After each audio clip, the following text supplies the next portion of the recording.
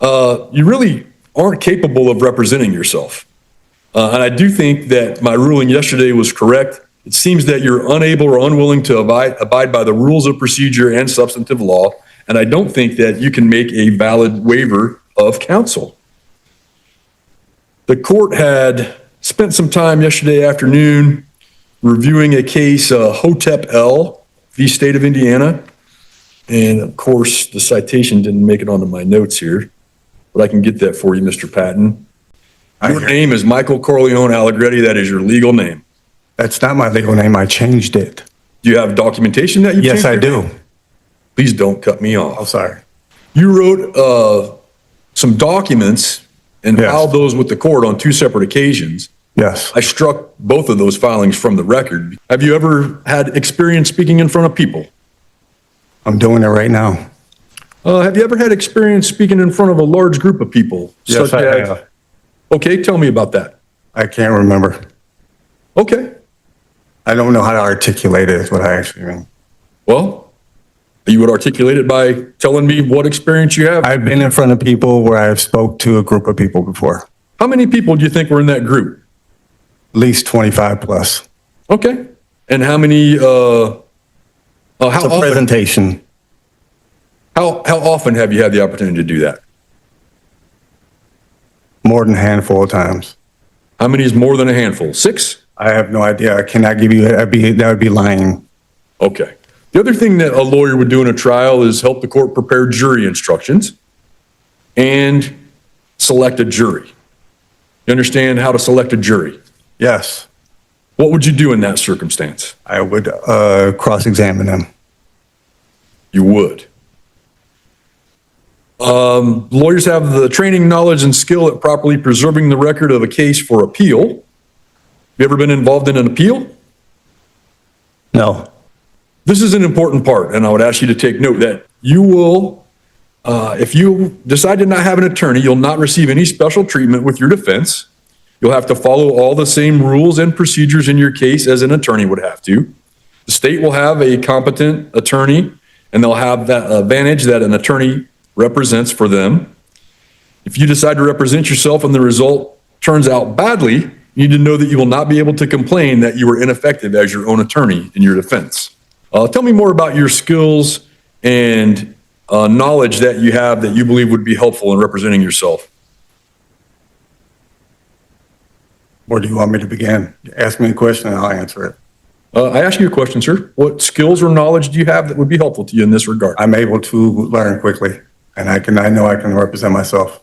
What's your college work? And you mentioned you had some college work. Personal training as a personal trainer. Okay, like in a gym or something like that? When you work in the gym, do you work with people, interact with people? Yes, all the time. I did. Do you still have that job? No. What other work have you done? What other career have you had? I worked at a pharmaceutical company where I led teams. I developed drugs, and I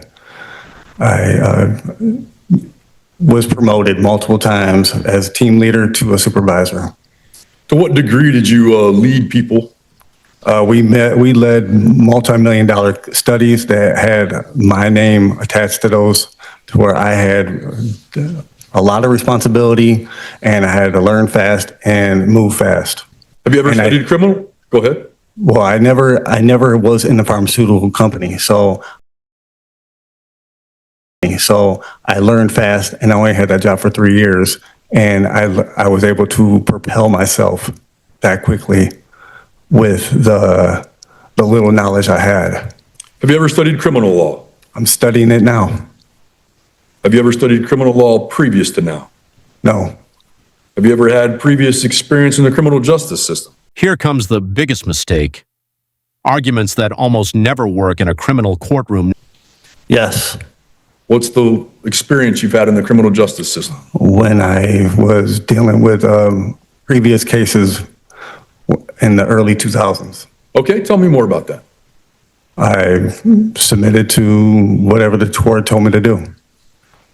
What do you mean? What type of case were you involved with? Drug cases. Okay. And is that a case or cases where you were charged with crimes? Yes. And are those cases where you came to court? What's that word mean? Caped, where they represented me? I said came. Oh, came, sorry. Came to court? Did you have to come to court for Yeah, those? yes, I did. And did you have an attorney? Yes, at that time. Okay. Did you go to trial? No, So what was the result of the case? I pled guilty to those charges. Okay. Is that the limit of your experience in a criminal case? Yes, All right. You believe you're able to read a lot of information and Yes. adjust a lot of information? yes, What about your writing ability? yes. Tell me more about your ability to write. I wrote up all those, I wrote up all those notices. You didn't read them? You wrote some documents and Yes. filed those with the court on 2 separate occasions. Yes, I struck both of those filings from the record because. yes. But that's the degree that I'm on. Okay, so how did you compose those? I wrote them. And what did you use as reference? Equitable law. Okay, you understand this is not a court of equity? You're telling me that that all courts are not with equity? No court in Indiana is equitable? This is not an equitable proceeding here. Absolutely not. This is a proceeding at law. Okay. Well, I represent myself under equitable law.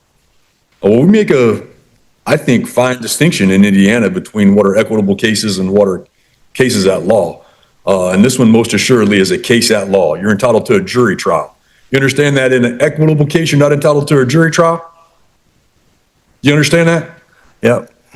You do? You're telling me now. Okay. I'm learning as I go. Okay. Anyway, so you, along that same vein, had filed some documents with the court.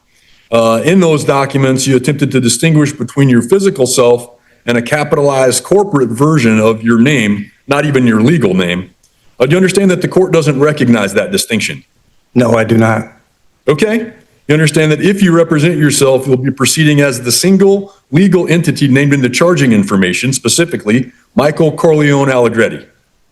That's not my name. You understand that the court won't entertain any arguments to the contrary.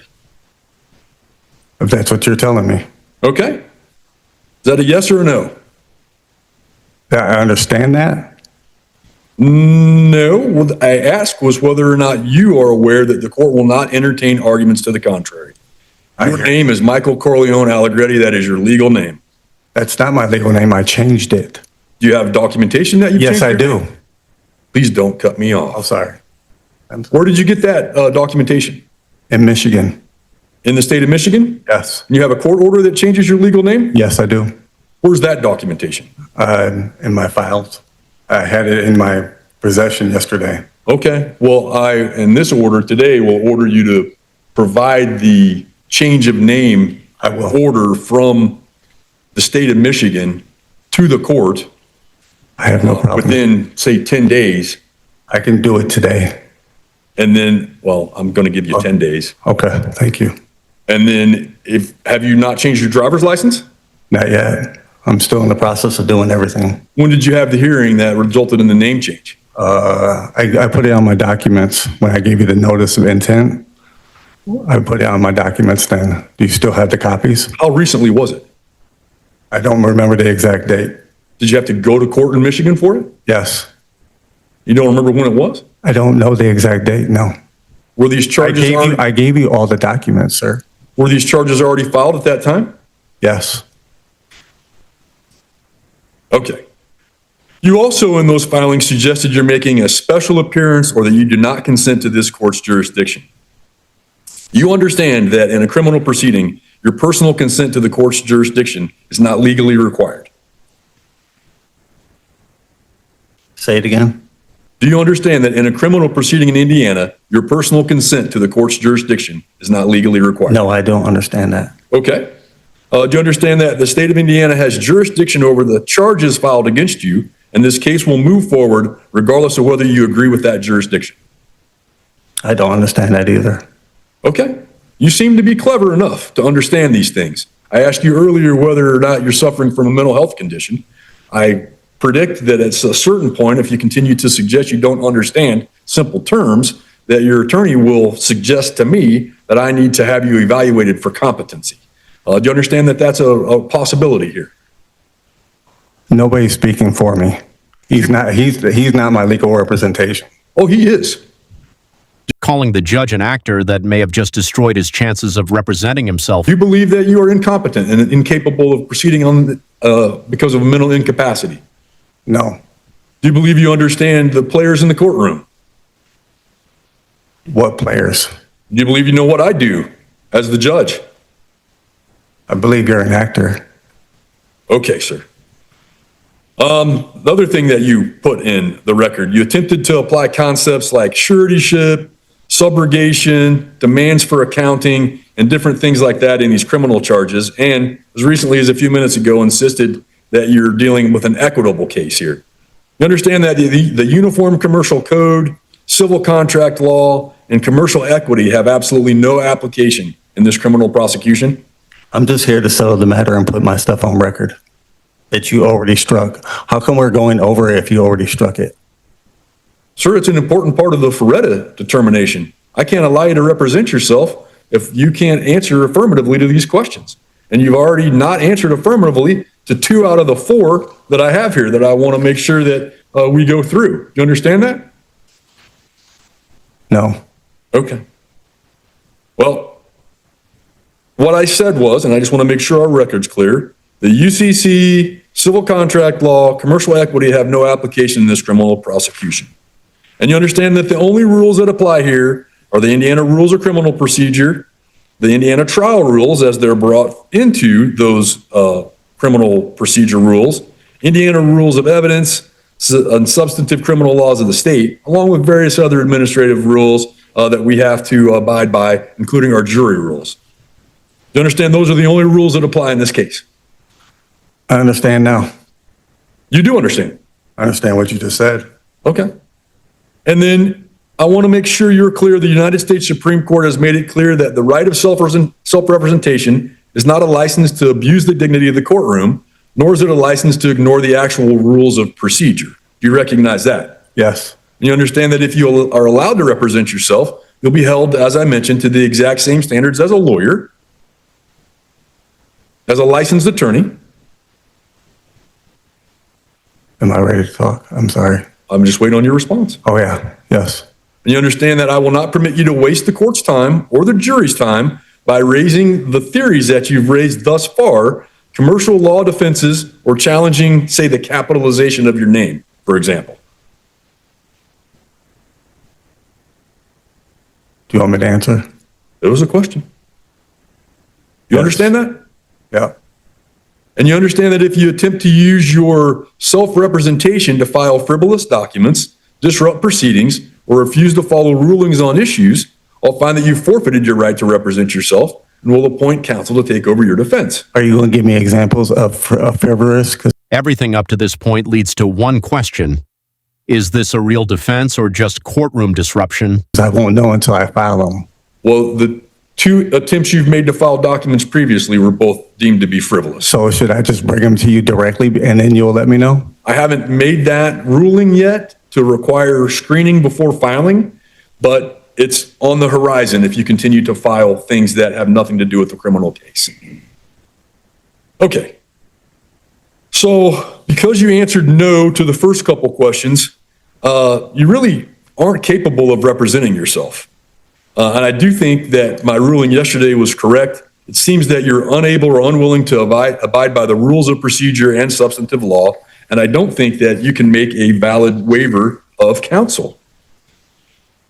The court had spent some time yesterday afternoon reviewing a case, Hotep L v. State of Indiana. And of course, the citation didn't make it onto my notes here, but I can get that for you, Mr. Patton. Okay. And I think that's an adequate Ferretta inquiry. Again, I think I must deny your request to proceed pro se. The court does not, well, I'll phrase it the opposite way. The court specifically finds the defendant's request is not a genuine attempt to present a legal defense, but a calculated strategy to obstruct and subvert these proceedings. Defendants using utilizing the rhetoric of what is commonly referred to as the sovereign citizen movement, including raising nonsensical challenges to subject matter jurisdiction and attempting to apply commercial law to a criminal prosecution. The right of Decision made. The judge shuts it down and explains exactly why the law is on his side. Do you agree? self-representation is not a license to abuse the dignity of the courtroom or ignore relevant rules of procedure and substantive law. Based upon the filings that were previously stricken and the statements in open court today, court finds that the defendant's unwilling to comply with the rules of procedure and intends to use self-representation solely for the deliberate disruption of the proceedings. So I will deny the request to proceed pro se. I will maintain the appointment of counsel of Mr. Patton. And I think that will do it. I want to object to your ruling on the record. So noted. Did you want to add anything to your objection? I know I can represent myself. Can I speak one more thing? Go ahead. May I ask for screening on documents I want to add? We can add in our, I don't want to go behind your back to if you think it's wrong that what I was trying to do, I want to come with clean hands with this. we can add in our order today that you're welcome to file things to your attorney. And then if he's satisfied that it's something that should be brought to the court, then he'll be able to present that to us. So when we appoint counsel, all the documents and things that would be filed with the court have to come through that attorney. And as I mentioned yesterday, you're not allowed to do what's called hybrid representation. So if you attempt to do things where you file outside of your counsel's purview, then that'll either be stricken from the record or I will just do an entry reminding you you're not allowed to do hybrid filings and take no action on those requests. Anything, Mr. Patton?